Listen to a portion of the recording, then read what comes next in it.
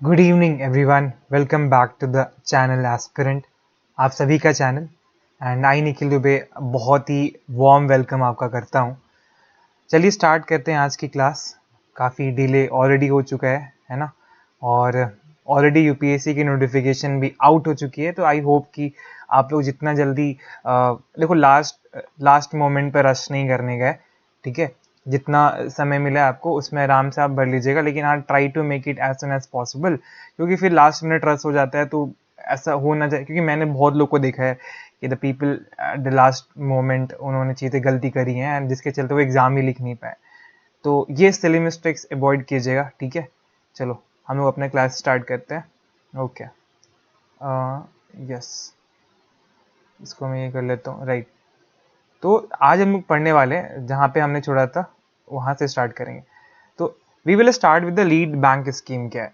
RBI ने 1969 में ये देखा, जब बहुत सारे बैंक हो गए हैं, बहुत सारे छोटे छोटे बैंक हो गए हैं जिनके पास जो फंक्शनिंग है उतनी अच्छी से हो नहीं पा रही है और जो टारगेटिंग है वो एक्यूरेसी के साथ नहीं हो पा रही है। तो उन्होंने बोला, आरबीआई ने बोला कि एक काम करते हैं, 1969 में हम ना एक डिस्ट्रिक्ट के अंदर एक बैंक को एंकर बना देंगे और बोलेंगे आप ही इस पूरे डिस्ट्रिक्ट में जितने बैंक है, जितने भी छोटे छोटे बैंक है, उसको लीड कीजिएगा, उनके साथ कोऑर्डिनेट कीजिएगा और जो भी आपको एक ऑब्जेक्टिव दिया जाएगा, एक टारगेट दिया जाएगा, उसको फुलफिल कर लीजिएगा। तो इसे हमने बोला कि हर एक बैंक को, मतलब हर डिस्ट्रिक्ट में एक बैंक को लीड बैंक माना जाएगा। जैसे जनरली डिस्ट्रिक्ट में एसबीआई एक लीड बैंक के तौर पे काम करता है, उसके अराउंड सारी फंक्शनिंग होती है। तो इस स्कीम से देखा गया कि हाँ बहुत सारे बेनिफिट हुआ। जब 2009 में कमेटी भी बनी तो उसने बोला हाँ ये जो ऑब्जेक्टिव रहा है इस स्कीम का, उसने बहुत हद तक अपने ऑब्जेक्टिव्स को अचीव करा है, खासकर सेमी अर्बन या फिर रूरल एरियाज में। और जिसके चलते फिर ये जो लीड बैंक वाली स्कीम है, इसे हमने बहुत सारे डिस्ट्रिक्ट्स में भी और एक्सटेंड कर दिया, मेट्रोपॉलिटन सिटीज़ में एक्सटेंड कर दिया और लगभग इसे पूरे इंटायर कंट्री में भी एक्सपैंड कर दिया गया था, ठीक है। तो काफ़ी इंटरेस्टिंग से, काफ़ी सेटिस्फैक्ट्री इसके रिजल्ट्स भी रहे। फिर हमने एक स्कीम लॉन्च करा, किसान क्रेडिट कार्ड, आपने सुना होगा, ठीक है। 1998-1999 में आरबीआई ने एक किसान क्रेडिट कार्ड स्कीम लॉन्च किया, जहां पे फार्मर्स, जो भारत में जनरली ऐसे फार्मर्स की संख्या जो जिनके पास 2 या 3 हेक्टेयर से ज़मीन काफ़ी कम है, उनकी संख्या बहुत ज़्यादा है। ऑलमोस्ट 85% जो फार्मर्स हैं वो यही हैं। तो उन्हें ना हमेशा फंड की रिक्वायरमेंट होती है। उस रिक्वायरमेंट को फुलफिल करने के लिए किसान क्रेडिट कार्ड को लॉन्च किया गया, जहाँ पे वो अपने एग्रीकल्चरल इनपुट्स के लिए कैश निकाल सकते थे, अपने प्रोडक्शन नीड्स के लिए कैश निकाल सकते थे और साथ ही साथ अपने कंजम्पशंस की नीड के लिए भी। ऐसा नहीं है कि वो कंजम्पशंस के नीड के लिए उस चीज़ का यूज़ नहीं कर सकते हैं। तो एक बहुत ही फिजिबल तरीके से हमने उन्हें लोन प्रोवाइड करने की कोशिश करी, हैसल फ्री मैनर में कोशिश करी, ठीक है। अब ये जो स्कीम है ये लॉन्च किसने करा? ये बेसिकली आरबीआई का स्कीम है ना, राइट। इसका मेन मकसद क्या है? शॉर्ट टर्म आपको क्रेडिट रिक्वायरमेंट फुलफिल करने के लिए, क्रॉप्स के लिए, जैसे पोस्ट हार्वेस्ट एक्सपेंसेस हो गया, आपको मार्केटिंग लॉन चाहिए उसके लिए भी आप कर सकते हो, घर की कुछ कंजम्पशन के रिक्वायरमेंट है तो आप उसके लिए भी इसका यूज़ कर सकते हो, वर्किंग कैपिटल जैसे फार्म एसेट्स है। अब ऐसा नहीं है कि इस लोन का आप यूज़ करो ट्रैक्टर खरीदने के लिए, नहीं, उतना आपके पास उतना पैसा भी नहीं मिलता इसमें क्रेडिट कार्ड से, राइट। चलो ठीक है। अब इसमें कौन कौन से फार्मर्स इसमें इन्वॉल्व होते हैं, कौन कौन से एलिजिबल हैं? सारे, लगभग सारे के सारे फार्मर्स हैं, ठीक है। सेल्फ हेल्प ग्रुप्स, ये लोग सारे के सारे एलिजिबल है सॉरी, इस स्कीम के लिए। उसके बाद एक और हमने स्कीम लॉन्च किया, ये तो आरबीआई ने लॉन्च करा था। भारत सरकार ने बोला यार हम क्यों पीछे रहेंगे। जब उन्होंने देखा कि जो फार्मर की कंडीशन है काफ़ी क्रिटिकल है, काफ़ी उनकी फाइनेंशियली उतनी मसल्स स्ट्रांग नहीं है, तो हम क्यों ना इंश्योर करें कि अगर वो बैंकों से लोन भी ले रहे हैं तो वो इंटरेस्ट रेट काफ़ी मिनिमल दे। इस केस में गवर्नमेंट ऑफ इंडिया ने एक modified interest subvention scheme launch करा, जहां पे अगर फार्मर्स को शॉर्ट टर्म लोन चाहिए और काफ़ी कम इंटरेस्ट रेट में, तो इस स्कीम का को यूज़ किया जा सकता है। इस स्कीम में था क्या? इस स्कीम में 3 लाख तक का लोन 7% पर एनम के रेट से बैंक जो किसान है उनको दे सकते थे। और एक साथ ये भी बोला गया कि अगर आप टाइमली पेमेंट कर दोगे लोन जो है, ठीक है, तो हम उस केस में आपको जो 3% है ना, जो आपको 7% देना पड़ रहा है, उसमें से भी आपको 3% लोन नहीं देना पड़ेगा। 3% जो रेट है वो कौन पे कर देगी? गवर्नमेंट ऑफ इंडिया पे कर देगी बैंकों को। तो जिसके बेसिस पे उन्हें एक सबवेंशन मिल गया, एक बेनिफिट मिल गया। तो ये एक इंटरेस्टिंग था, ये फार्मर से कंडीशन को इम्प्रूव करने के लिए किया गया। Point to be noted here is कि केसीसी जो है वो आरबीआई इंप्लीमेंट करती है, लेकिन जो इंटरेस्ट सबवेंशन है यानी कि जो मॉडिफाइड इंटरेस्ट सबवेंशन स्कीम है ये भारत सरकार इसे लॉन्च करती है, एग्जीक्यूट करती है मिनिस्ट्री ऑफ एग्रीकल्चर के अंदर। ठीक है, ओके, चलो आगे बढ़ते हैं। उसके बाद है, अब कभी कभी ना एग्जाम में आता है कि ये जो रिपोर्ट से कौन सी इंस्टीट्यूशन है जो पब्लिश करती है। तो आरबीआई के केस में एक दो रिपोर्ट बहुत ही इंपॉर्टेंट है। एक एनुअल रिपोर्ट जो आरबीआई एक्ट 1934 के अकॉर्डिंग इसे मैंडेट मिला हुआ है, ये आरबीआई निकालती है। Second is the report on trend and the progress of banking in India, जिसे एज पर बैंकिंग रेगुलेशन एक्ट 1949 के अकॉर्डिंग निकाला जाता है। अब ये रिपोर्ट हमेशा आता है कि ये रिपोर्ट कौन निकालता है कि नहीं निकालता है। इसके अलावा भी बहुत सारे और पीरियोडिकल रिपोर्ट्स निकलते हैं, जैसे कि कंज्यूमर कॉन्फिडेंस सर्वे भी है जो आरबीआई निकालता है ना। अब ये कंज्यूमर कॉन्फिडेंस सर्वे का मतलब क्या है, यहाँ पे आरबीआई ये देखता है कि जो हाउस होल्ड है, जो मिडिल क्लास है या फिर जो भी कोई क्लास है, जो हाउस होल्ड है, उनके एक्सपेक्टेशंस क्या है इकोनॉमिक सिचुएशन के रिगार्डिंग, है ना, प्राइस सिचुएशन के रिगार्डिंग, इन्फ्लेशन के रिगार्डिंग, उस चीज के बारे में सर्वे करता है, so that they can have the trace of the consumers expectation regarding the economy of the country. तो ये आरबीआई ही निकालता है। थर्ड है, आरबीआई एक और निकालता है inflation expectation survey of the house hold, ये क्वार्टरली बेसिस पे निकालता है, यानी कि हर 3 महीने पे आरबीआई इसे लॉन्च करता है, जहां पे अगेन हाउस होल्ड के पर्सपेक्टिव को देखा जाता है कि उनका क्या पर्सपेक्टिव है, 3 महीनों में कितनी चीजें महंगी हुई हैं, कितनी चीज सस्ती हुई हैं, कौन सा पर्टिकुलर चीज है जो उनको बहुत ज्यादा महंगा पड़ने लगा है, ये सारी बातें इसी में की जाती है। चलो, अब आरबीआई के बारे में हमने लगभग सारी चीजें कर ली हैं, आरबीआई के फंक्शनिंग, आरबीआई की बोर्ड, आरबीआई का जेनेसिस, आरबीआई की रिपोर्ट्स, आरबीआई के, अब इतने सारी चीजों के पढ़ने के बाद मन में क्वेश्चन आता है कि आरबीआई जो है, पहली बात तो आरबीआई है ना, वो गवर्नमेंट ऑफ इंडिया की 100% सब्सिडियरी है, यानी कि उसी का पार्ट है। तो जो भी आरबीआई के पास रेवेन्यू आएगा वो अल्टीमेटली किसको देना पड़ेगा, गवर्नमेंट ऑफ इंडिया को ही पे करना पड़ेगा। तो पहली बात, आरबीआई जो है वो 100% गवर्नमेंट ऑफ इंडिया की सब्सिडियरी है, ये बात ध्यान में रखिएगा। अब ये सारी चीज तो हो गई, लेकिन आरबीआई के सोर्सेस ऑफ इनकम क्या है, कहां से वो पैसे कमाते हैं? तो बहुत सारे तरीके हैं जहां से आरबीआई पैसे कमाते हैं। अगर आपको याद हो, एक मेथड था जिसे हमने बोला था सिग्नियोरेज, याद है आपको, प्रिंटिंग ऑफ मनी को करके जो पैसे कमाते थे आरबीआई, दैट इज कॉल्ड सिग्नियोरेज, है ना। दूसरा क्या तरीका था कि फॉरेन करेंसी एसेट्स, जैसे आरबीआई को फॉरेक्स रिजर्व मेंटेन करने होते हैं, उसमें से जो फॉरेन करेंसी एसेट्स है वो लगभग 90% हुआ करता है। अब फॉरेन करेंसी एसेट्स का मतलब क्या, कि उसने बहुत सारे एसेट्स में इन्वेस्ट करके रखा है, किसी फॉरेन कंट्री की गवर्नमेंट के बॉन्ड में, जिसमें उसको इंटरेस्ट मिल जाता है। ठीक है, कहीं पर उसने पैसा रखा है किसी दूसरे देश की सेंट्रल बैंक अथॉरिटी में, है ना, तो वहां पे उसको इंटरेस्ट मिल जाता है, तो वहां से उसको पैसा अर्न हो रहा है। दूसरा, जब आरबीआई जो है इंडियन गवर्नमेंट के बॉन्ड को परचेज करती है ओपन मार्केट ऑपरेशन से, तो जब वो बॉन्ड को खरीद रही है तो उस केस में क्या होता है, जब वो गवर्नमेंट के बॉन्ड को अपने पास रख रही हो, क्योंकि डायरेक्टली गवर्नमेंट को तो अभी दे नहीं रही है, तो while the moment it is holding the bond, उस टाइम पे उसको इंटरेस्ट मिलता है। तीसरा है, जब वो बैंकों को रेपो रेट पे लोन देती है तो जो इंटरेस्ट रेट मिलेगा बैंकों को, मतलब आरबीआई को, वो भी इससे इसका सोर्स ऑफ इनकम हो गया। और चौथा क्या है, आरबीआई जो होता है वो debt manager of central government, हमने पढ़ाई है, स्टेट गवर्नमेंट के कंसोलिडेटेड फंड को मैनेज करती है, जिसके चलते उसको कमीशन मिलता है।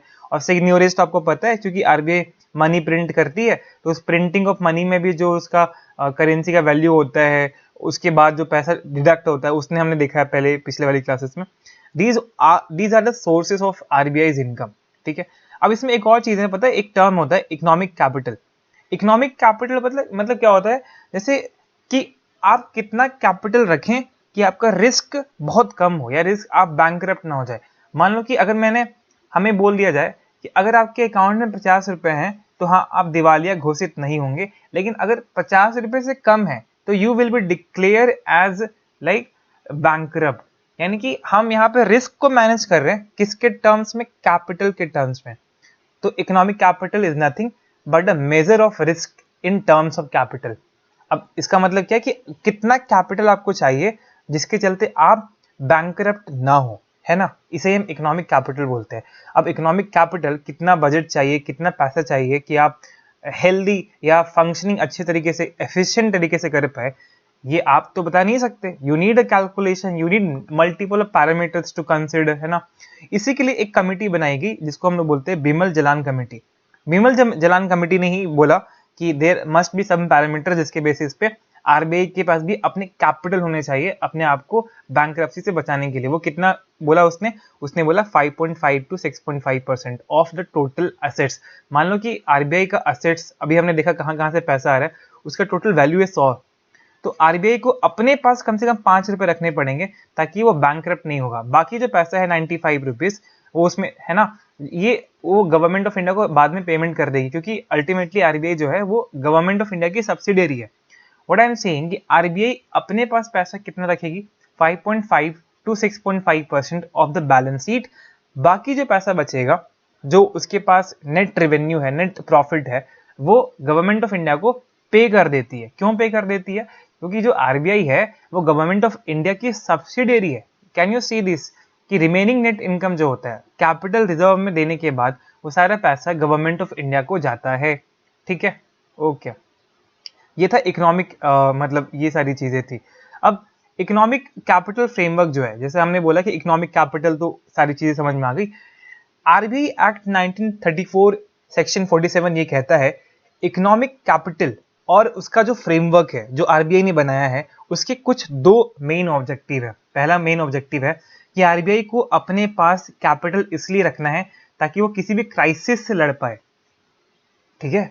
और दूसरा, अगर इसी इकोनॉमिक कैपिटल फ्रेमवर्क का एक और ऑब्जेक्टिव ये है कि कैपिटल में उस रिस्क को मेंटेन करने के लिए जितने कैपिटल चाहिए उसके बाद आपके पास जितना पैसा बच रहा है वो पैसा आप अपने पास नहीं रखेंगे, you will transfer the remaining part of the net income to the government. जो मैंने बोला भी कि वो गवर्नमेंट ऑफ इंडिया को पेमेंट कर देती है, ठीक है। तो this is the economic capital framework. Bimal Jalan committee का मैंने यहाँ पे रिकमेंडेशन भी आपको बता दिया है कि उसने बोला कितना बोला है, राइट।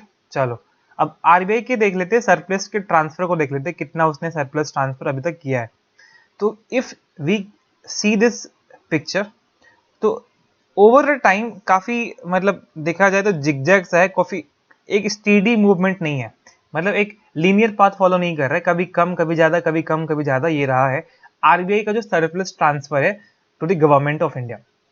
ओके, अब ये जो चैप्टर लगभग अपने एंडिंग के रास्ते पे पहुंच चुका है, बट इसको एंड करने से पहले हम लोग कुछ पढ़ने वाले एक इंटरेस्टिंग से चीज के बारे में। आपने नाम सुना होगा क्रिप्टो करेंसी। क्रिप्टो करेंसी क्या है? देखो, क्रिप्टो करेंसी ना एक तरीके से देखा जाए तो एक एसेट है, जैसे गोल्ड एक एसेट होता है, सिल्वर एक एसेट होता है, तो उसी तरीके से क्रिप्टो भी एक एसेट है। आजकल ये नया एसेट चले, एक डिजिटल एसेट है, ठीक है, एक डिजिटल एसेट है जो कि ब्लॉकचेन टेक्नोलॉजी पे काम करता है। ब्लॉकचेन टेक्नोलॉजी पे काम करता है। अब ब्लॉकचेन टेक्नोलॉजी का मतलब क्या होता है? जैसे ना इसमें ना बहुत सारे ब्लॉक्स बनाए जाते हैं, कोई भी इंफॉर्मेशन को शेयर करने के लिए बहुत सारे ब्लॉक्स बनाए जाते हैं। आपको इन ब्लॉक्स में एक पासवर्ड होता है, पासवर्ड जो होता है क्रैक करना होता है। इस क्रैक करने, अगर जब तक इस पासवर्ड को आप नहीं खोलोगे तब तक आपको ये इन्फॉर्मेशन मिलेगा नहीं। इस क्रैक करने को बोलते हैं माइनिंग। क्या आप ब्लॉकचेन में आपने बहुत बहुत नाम सुना होगा, माइनिंग आप करते हो। माइनिंग का मतलब क्या है? You are trying to figure out the password, क्योंकि इतने सारे इसमें, एक जो इस ब्लॉक का जो पासवर्ड है ना, बहुत सारा इसमें डेटा होता है, तो you have to mine it, you have to use it, multiple computer का यूज करना पड़ता है, बहुत सारा जनरेशन, बहुत सारे इलेक्ट्रिसिटी का यूज करना पड़ता है।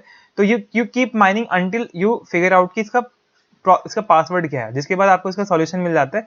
उसके बाद चीजें ऐसी काम करती है, मतलब you debug the things, you decrypt encrypt the things and decrypt the things, उसके बाद ये ब्लॉकचेन ऐसे ही काम करता है। तो क्रिप्टो करेंसी का मतलब है एक एसेट जहां पे ब्लॉकचेन टेक्नोलॉजी के बेसिस पे और डिसेंट्रलाइज्ड, ये ऐसा नहीं किसी एक इंसान ने काम करके रखा है, ये एक डिसेंट्रलाइज्ड टेक्नोलॉजी है, ठीक है। एक डिसेंट्रलाइज्ड ब्लॉकचेन टेक्नोलॉजी है जो एक एसेट के तौर पे काम करती है। और ये एक गोल्ड सिल्वर की तरह ही, ऐसा नहीं है कि गवर्नमेंट ऑफ इंडिया ने इसे इशू कर दिया है या फिर गवर्नमेंट ऑफ इंडिया ने इसे लीगली बना दिया है। ना तो ये इलीगल है, ना तो अभी तक ये लीगल है, इस पर कोई रेगुलेशन अभी तक आया नहीं है। और ट्रांजैक्शन में जनरली लोग इसको यूज नहीं करते। ऐसा थोड़ी होता है कि जैसे मान लो फिर भी कि क्रिप्टो करेंसी का हाइक बहुत है, but still it is not that much popular. अगर आप कहीं पे बाजार पे जाते हो, आप सब्जी खरीदते हो, आप ये नहीं बोलते हो कि अगर आप बोलोगे कि क्रिप्टो ले लो मेरे पास से, वो क्रिप्टो नहीं लेगा, मतलब वो मना भी कर सकता है। He is not liable to accept the crypto as a legal currency. क्योंकि अगर वो लीगल करेंसी होता तब तो इंसान को लेना पड़ता, लीगल टेंडर होता, लेकिन वो बाध्य नहीं है कि उसको लेना है, तो यानी कि वो लीगल टेंडर भी नहीं है। दूसरा, इसको भारत की सरकार ने इसे इशू नहीं करा है, किसी देश की गवर्नमेंट ने इसे इशू नहीं करा, यानी कि एक फायर्ड करेंसी भी नहीं है। फायर्ड का मतलब क्या होता है? When it is issued by the sovereign authority of the country. In the case of India, it has not been like issued by the sovereign country, a sovereign state. Bharat की सरकार ने इसे लॉन्च नहीं करा है, तो ना तो ये फायर्ड करेंसी है, ना ही ये लीगल टेंडर है, ठीक है। ओके, अब इसका क्रेज बहुत बढ़ने लगा है, क्योंकि अगेन आपको पता है डिजिटल करेंसी है, तो बहुत सारे प्राइवेट ब्लॉकचेन टेक्नोलॉजी खुल चुकी हैं, बहुत सारे प्राइवेट क्रिप्टो करेंसी प्लेयर्स आ गए, जहाँ पे रेगुलेशन नहीं है, जहाँ पे साइबर अटैक्स का चांसेस ज़्यादा है, आपके साथ फ्रॉड के चांसेस ज़्यादा है। तो इन सारी चीज़ों को देखने के बाद गवर्नमेंट ऑफ इंडिया को रियलाइज तो हुआ कि यार, जब इतनी सारी इसकी नीड है, डिजिटल करेंसी की इतनी नीड है, why not we can come, is it can it not be the option कि हम अपने एक डिजिटल करेंसी के साथ आए। तो उसी कॉन्टेक्स्ट में भारत सरकार ने भी एक नया फिर इनिशिएटिव लॉन्च किया, एक नई पहल स्टार्ट करी सेंट्रल बैंक डिजिटल करेंसी के फॉर्म में। इसको देखते हैं, बट इससे पहले एक बहुत ही इंपॉर्टेंट फैक्ट है कि जब भी आप ट्रांसफर करते हो कोई भी डिजिटल करेंसी को या फिर वर्चुअल डिजिटल एसेट्स को, डिजिटल करेंसी नहीं, वर्चुअल डिजिटल एसेट्स को, जिसपे रेगुलेशंस नहीं है, जैसे क्रिप्टो, तो वो ना उस पर 30% का टैक्स लगता है, और जो TDS यानी कि tax deducted at a source, ये 1% का लग जाता है। जैसे मान लो कहीं पर आपने चीज, कभी कभी क्या होता है ना, आप एक गाड़ी खरीदने गए, ठीक है, मान लो कि महिंद्रा का शोरूम है, महिंद्रा का शोरूम है, आप यहाँ पे गाड़ी खरीदने गए, और गाड़ी जैसे आपने खरीदा, उस वहाँ पेमेंट करने टाइम 1% टैक्स कट जाता है, 1% TDS लगता है, मतलब आपको 1% और एक्स्ट्रा पे करना होता है इसी सोर्स पे, जिससे ये पता चल सके कि ये पैसा किसी इंसान ने, मतलब उसका एक लीगल फुटप्रिंट रखा, गवर्नमेंट के पास हो, ठीक है। TDS मतलब tax deducted at a source. तो अगर 30% टैक्स कट रहा है, तो 1% तो यहाँ कट गया आपको, तो लेकिन जब आप फिर कहीं पेमेंट करने जाओगे, अपना रिटर्न फाइल करने जाओगे, तो ये 1% आपको रिटर्न हो जाता है, क्योंकि आपने यहाँ पे पेमेंट कर दिया था। ये इसलिए किया जाता है ताकि सरकारों के पास एक ट्रैक रिकॉर्ड हो, एक ट्रेस हो कि वो चीज पैसा जा कहाँ रहा है, ठीक है। Now coming to this central bank digital currency वाली चीज, ये क्या है यार? देखो, ये ना एकदम सिंपल सा चीज है। ये जैसे आप कैश है आपके पास, ठीक है, आप अपने पर्स में कैश रखते हो, वॉलेट में कैश रखते हो, और जैसे मान लो कि आप सब्जी लेने गए, उस बी इंसान को आपने सब्जी खरीदा उससे, और उसको आपने कैश दे दिया। लेकिन ये जो ट्रांजेक्शन हुआ ए से बी, मतलब आप ए थे, आपके वॉलेट में कैश था, आपने बी को दिया, वो उसने अपने कैश में रख लिया, अपने वॉलेट में रख लिया, ठीक है। But during this transaction was any how the intermediary like bank involve? क्या इस पूरे प्रोसेस में बैंक इन्वॉल्व था? नहीं, इस पूरे प्रोसेस में बैंक कहीं इन्वॉल्व ही नहीं था, आपने बस उठाया पैसा, जाके वहां पे दे दिया। सेंट्रल बैंक डिजिटल करेंसी बिल्कुल वैसा ही है, इसमें बैंक इन्वॉल्व होता ही नहीं है। ये एक डिजिटल फॉर्म ऑफ करेंसी है। जैसे कैश जो है, मान लो कि आपका एक बैंक है, बैंक ऑफ इंडिया, उसमें 100 रुपए थे, आपने उस 100 रुपए को एक अपने वॉलेट, एक डिजिटल वॉलेट में डाला और उसमें रख दिया, यानी कि अब ये जो 100 रुपए है ना, ये आपका एक डिजिटल वॉलेट की तरह, डिजिटल कैश की तरह काम करेगा। आप इसको किसी को भी दे दो, बैंक इसका ट्रेस नहीं रखने वाला है, ना बैंक इस पर आपको इंटरेस्ट रेट देने वाला है, ना बैंक आपको चेक करने वाला है। इट इज जस्ट लाइक कि आपका एक कैश ही है।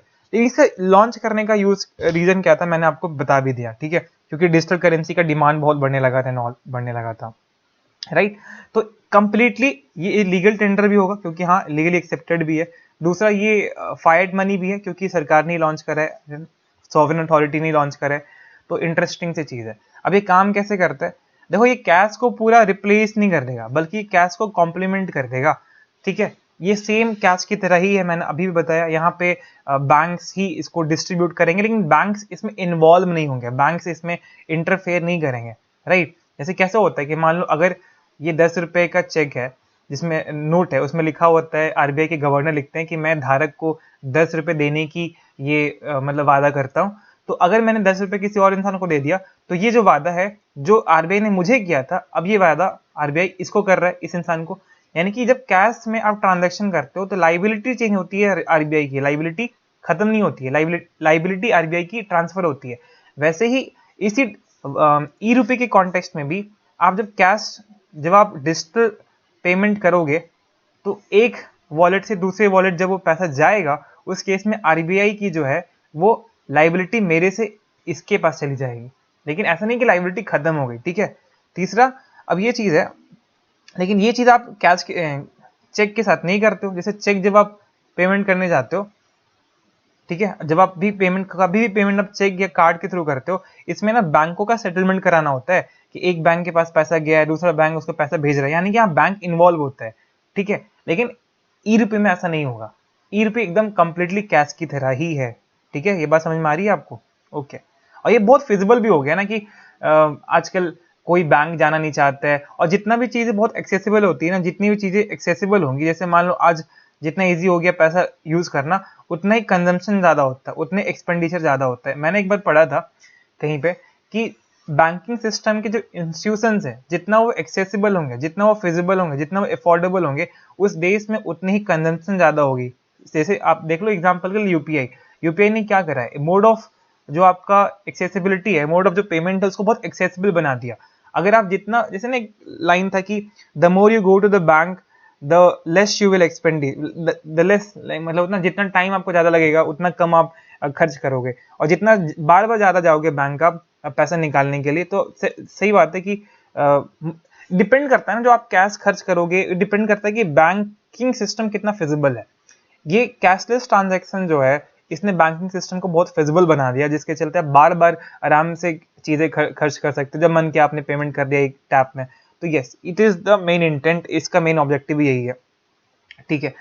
ओके, फिर आता है कि अब ये इस सीबीडीसी का मतलब फायदा क्या है यार। देखो, एक तो चीज ये है कि एक्सेसिबिलिटी बढ़ गई है ना, कन्वीनियंट हो गया है, ठीक है। दूसरा है कि बहुत फास्टर हो गया, इजी हो गया पेमेंट करना, आपको डिले नहीं करना होता है ना। जैसे मान लो कि आप कभी बोलते हैं कि छुट्टा नहीं है 10 रुपए का, छुट्टे वाले इशू खत्म हो गए। कभी 3 रुपए के छुट्टे नहीं, कभी 5 रुपए के छुट्टे नहीं है, तो छुट्टे वाली भी दिक्कतें खत्म हो गई है। अब एक एफिशिएंट, ट्रस्टेड है, रेगुलेटेड है, लीगल टेंडर है। आप क्रिप्टो करेंसी से अच्छा है कि इसी पे आप इन्वेस्टमेंट कर लो, इसी को आप ट्रस्ट कर लो, क्योंकि बहुत ट्रस्टवर्दी है, सरकार ने लॉन्च करा है ना। अब दूसरा चीज है कि जो पैसा बार बार आरबीआई को प्रिंट करना पड़ता था, वो प्रिंटिंग का कॉस्ट बच गया, है ना। सिग्न्योरेज वाला जो इश्यू वो खत्म होगा या फिर कम हो जाएगा, ट्रांसपोर्टेशन का जो पैसा है वो कम कम हो जाएगा। तो इलीगल, ये सारी चीजें हैं जिसके चलते लगता है कि हाँ यार, सीबीडीसी के फायदे तो बहुत है, लेकिन रिस्क भी है। जैसे मान लो कि अगर पता चल गया कि बैंक के जो कंडीशन है वो खराब होने वाली है और बैंक फाइनेंशियल क्रैश की तरफ जाने वाला है, और उस केस में अगर आपके पास ये ऑप्शन है कि आप बैंक से एक टैप में पैसा निकाल सकते हो और अपने वॉलेट में ट्रांसफर कर सकते हो, तो उस केस में बैंक जो फाइनेंशियल क्राइसिस से गुजर रहा है, उसके पास तो फाइनेंस ही नहीं रहेंगे, पैसे ही नहीं रहेंगे डील करने के लिए, ठीक है। तो उस केस में वहां पे एक बैंक रन की प्रॉब्लम तो हो ही सकती है, और पूरा आपका जो बैंकिंग पूरा सिस्टम है वो कोलैप्स भी कर सकते हैं, राइट। अब उसके बाद है एक और टर्म होता है, बहुत बार कंफ्यूज हो सकते होंगे, आई थिंक कि इसमें उतनी दिक्कतें आती हैं कभी कभी। एक है ई रूपी, एक है ई रूपी, एक है आर यूपीआई, रुपाई, क्या बोलोगे इसको, रुपाई।